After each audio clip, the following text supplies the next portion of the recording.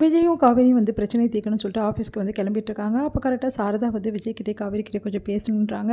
அதை கேட்ட விஜய் காவேரி என்ன விஷயம் அத்தை அப்படின்னு சொல்லிட்டு கேட்குறாரு நம்ம விஜய். இல்லை தம்பி, நாங்கள் வந்து எங்கள் வீட்டுக்கே போயிடலான்னு முடிவு பண்ணியிருக்கோம் அப்படின்னோடனே என்னம்மா திடீர்னு அப்படின்னு சொல்லிட்டு காவேரி கேட்குறேன். இல்லடி, தேவையில்லாதது எதுக்கு, எவ்வளோ நாள் தான் நாங்கள் இங்கே இருக்க முடியும். இங்கே பாரு, உன் அக்கா கூட வீட்டுக்கு போகணுன்னு பிரியப்படுறா, அதனால் நாங்கள் வீட்டுக்கு போயிடுறோமே.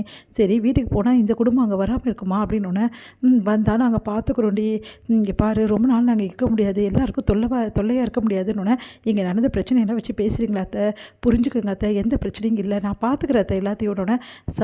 இங்கே பாருங்கள் தம்பி, அதுக்காக இல்லை அப்படின்னோடனே, இங்கே பாருங்கள், இப்போ நாங்கள் ஆஃபீஸ் பிரச்சனை இருக்கோம், அதனால் நாங்கள் அங்கே போயிட்டு சாயந்தரம் வந்து இதை பற்றி நாங்கள் பேசுகிறோம். அது வரைக்கும் நீங்கள் எந்த முடிவும் எடுக்கக்கூடாது, புரியுதான்னொன்னே. ஆமாம்மா, எந்த முடிவும் எடுக்காத, சாயந்தரம் வந்து இதை பற்றி நாங்கள் விலாவரியாக பேசுகிறோம்மா அப்படின்னு சொல்லிட்டு போகிறாங்க. யோசிக்கிறாங்க சாரதா. சரின்றாங்க.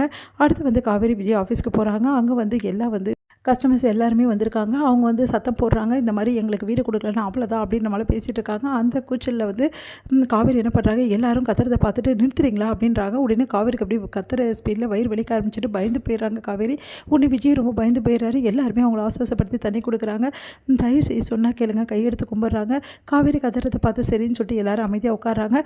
அடுத்து வந்து காவேரி வந்து பேச ஆரம்பிக்க. விஜய் வந்து நான் பேசுகிறேன் காவேரி. இல்லைங்க, நானே பேசுகிறேன் அப்படின்னு. இங்கே பாருங்கள், உங்களை ஏமாத்தணுன்ற எந்த ஐடியாவும் எங்களுக்கு கிடையாது. அப்படி ஏமாத்துற மாதிரி இருந்தால் நாங்கள் ஏன் வந்து உங்ககிட்ட இந்த மாதிரி பேசிகிட்டு இருக்க போகிறோம். சொன்னால் புரிஞ்சுக்கோங்க. உங்களுக்கு வந்து சீக்கிரமாகவே வந்து கன்செஷன் பண்ணி கொடுக்கணும் தான் நாங்கள் முயற்சி பண்ணிகிட்ருக்கோம். எப்போங்க பண்ணி கொடுப்பீங்க? நாங்கள் எல்லாமே டீட்டெயிலாக சொல்கிறோம். உங்களுக்கு சொன்னபடி வந்து பொங்கலில் வீடு எல்லாருக்கும் கிடைக்கும், அதுக்கு நாங்கள் அஷூரன்ஸ் கொடுக்கோம்.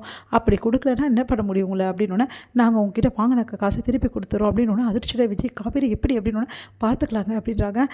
இங்கே பாருங்கள், இதை நீங்கள் சொன்னது நீங்கள் செய்யலைன்னு நாங்கள் பண்ணுறது, நான் வந்து சொன்னது செய்வேன்னு சொல்லிட்டு நான் உங்களுக்கு வந்து அஷூரன்ஸ் கொடுக்குறேன், அதுக்கு தேவையான கையெழுத்து நான் போட்டு தரோம் அப்படின்னு சொல்லிடுறாங்க. அது கேட்டு எல்லாருமே அமைதியாகிடுறாங்க. சரிங்கன்னு சொல்லிட்டு சந்தோஷப்படுறாங்க. சொன்னபடி பண்ணி கொடுத்துருங்க, எங்களுக்கு வீடுக்கு கட்டி கொடுத்தா போதும், நாங்கள் உங்ககிட்ட காசெல்லாம் கூட எதிர்பார்க்கல அப்படின்ற மாதிரி மக்கள் வந்து சொல்கிறாங்க. சரின்னு சொல்லிட்டு எல்லாரையும் சமாதானப்படுத்தி அனுப்பிச்சி வைக்கிறாங்க. இங்கே காவேரி வந்து இப்படி சொன்னோன்னே விஜய் கொண்டு போல, காவேரி அவ்வளோ பணத்தை நம்மளால் எப்படி புரட்டி கொடுக்க முடியும் அப்படி ஏங்க பணம் கொடுக்கணும்னு நினைக்கிறீங்க? அந்த வீடை நம்ம கன்ஸ்ட்ரக்ஷன் பண்ணி கொடுக்குறோம், கண்டிப்பாக முடியும், நம்மளால் முடியும்னு எனக்கும் நம்பிக்கை இருக்குது காவேரி. ஆனால் நம்மக்கிட்ட ஆளுங்கள்லாம் ரொம்ப குறைவாக இருக்காங்க. ஆமாம் சார், நான் வர வேண்டிய சைட் விசிட் ஆளுங்க கூட சரியாக வர்றதில்லை சார். அதெல்லாம் வந்து நிறைய லீவ் போடுறாங்க சார், எவ்வளோ கேட்டாலும் பதில் சொல்ல மாட்டேங்கிறாங்க சார். நீங்களும் கண்டுக்கிறது இல்லையா?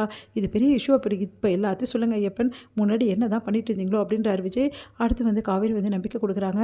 பார்த்துக்கலாக்க, ஒவ்வொரு விசிட்டாக ஒவ்வொரு இடமா நம்ம போய் பார்ப்போம், என்ன கதை ஏது கதை எல்லாத்தையும் பார்ப்போம், எல்லோரும் என்ன பண்ணுறாங்க இது பண்ணுறாங்க எல்லாத்தையும் விசாரிப்போம், 2 பேரும் சேர்ந்தால் கண்டிப்பாக எல்லாம் முயற்சி செஞ்சு முடிக்கலாங்கன்னு. சரி காவேரி அப்படின்றாங்க. அடுத்து வந்து எல்லா ஃபைல்ஸ் எடுத்துகிட்டு சொல்லிட்டு எல்லாத்தையும் பார்க்குறாங்க. அடுத்து வந்து சைட் விசிட் பண்ணுறாங்க. இங்கே இதெல்லாம் பண்ணிவிடுங்க, சீக்கிரமாக ஒர்க்கர்ஸ் ஸ்டார்ட் பண்ண சார், நம்மளுக்கு கொஞ்சம் எம்ப்ளாயிஸ் தேவைப்படுது சார். சரி, ஆல்ரெடி இருக்காங்கல்ல அவங்களாம் அப்படின்னோடனே, சார் இல்லை சார், புதுசாக இன்ஜினியர் தேவைப்படுது, ஏன்னா அப்போ தான் சீக்கிரமாக முடிக்க முடியும் அப்படின்னோடனே, சரி நான் பார்க்குறேன் அப்படின்னு சொல்லிட்டு விஜய் வந்து யோசிக்கிறாரு. சரி காவேரி, ஆல்ரெடி வந்து ரெஸ்யூம் கொடுத்துட்டு போனவங்கள ஃபார்வர்ட் பண்ண சொல்லியிருக்கேன், என்ன கதை எது கதைன்னு சொல்லிட்டு பார்த்துக்கலாம் அப்படின்னோடனே, சரின்னு சொல்லிட்டுப்பா இப்போ தான் கொஞ்சம் ரிலீஃபாக இருக்குது காவேரி, எப்படியாவது இந்த கன்ஸ்ட்ரக்ஷனை சீக்கிரமாக முடிச்சு கொடுக்கணும், எல்லாத்துக்கும் காரணம் நீ தான், நீ பேசலன்னா இன்னும் யாரும் சமாதானம் இருக்க மாட்டாங்க காவேரி அப்படின்னு. பரவாயில்ல விடுங்க அப்படின்னோடனே, சரி இந்த பிரச்சனையை சீக்கிரமாக முடிக்கணும், நம்ம வீட்டுக்கு போகலான்னு சொல்லிட்டு வீட்டுக்கு போகிறாங்க. இங்கே காவேரி நடந்த விஷயத்து எல்லாத்தையும் காவேரி ஹேண்டில் பண்ண விஷயத்தெல்லாம் விஜய் வந்து வீட்டில் எல்லாருக்கிட்டே சொல்லிட்டு இருக்காரு. தாத்தா கிட்ட காவேரி இருக்க வரைக்கும் நீங்கள் எந்த பிரச்சனையும் இல்லை தாத்தா, கண்டிப்பாக காவேரி இந்த ப்ராப்ளத்தை சால்வ் பண்ணிட்டா ஓரளவு, இப்போ ஒன்றும் பிரச்சனை இல்லை, நாங்கள் வீடை சொன்னபடி கொடுத்துட்டோம்னா எங்களுக்கு பிரச்சனையே கிடையாதுன்னு சொல்லிட்டு வராரு. எங்கள் காவேரி என்ன சொல்கிறாரு தாத்தானோன்னே, இப்போ கொஞ்சம் தாத்தா சமாதானம் ஆயிருக்காரு, எனக்கும் நிம்மதியாக இருக்குது காவேரி அப்படின்னு சொல்லிட்டு ஹக் பண்ணிக்கிறாரு. காவேரி பின்பக்கமாக இருந்து காவேரியை சந்தோஷமாக வந்து அப்படியே ஹக் பண்ணிக்கிறாங்க. இப்போ எனக்கு எவ்வளோ நிம்மதியாக இருக்குது தெரியுமா காவேரி, சீக்கிரமாகவே இந்த ப்ராப்ளத்தை சால்வ் பண்ணிட்டா நம்பிக்கை வந்துச்சு காவேரி, எல்லாத்துக்கும் காரணம் நீ தான் அப்படின்னோடனே, அப்படிலாம் ஒன்றும் இல்லைங்க, காரியத்தை முடிக்க போகிறது நீங்கள் தானே அப்படின்னோடனே 2 பேருமே சிரிச்சுக்கிறாங்க, அப்படியே ஹக் பண்ணிக்கிறாங்க.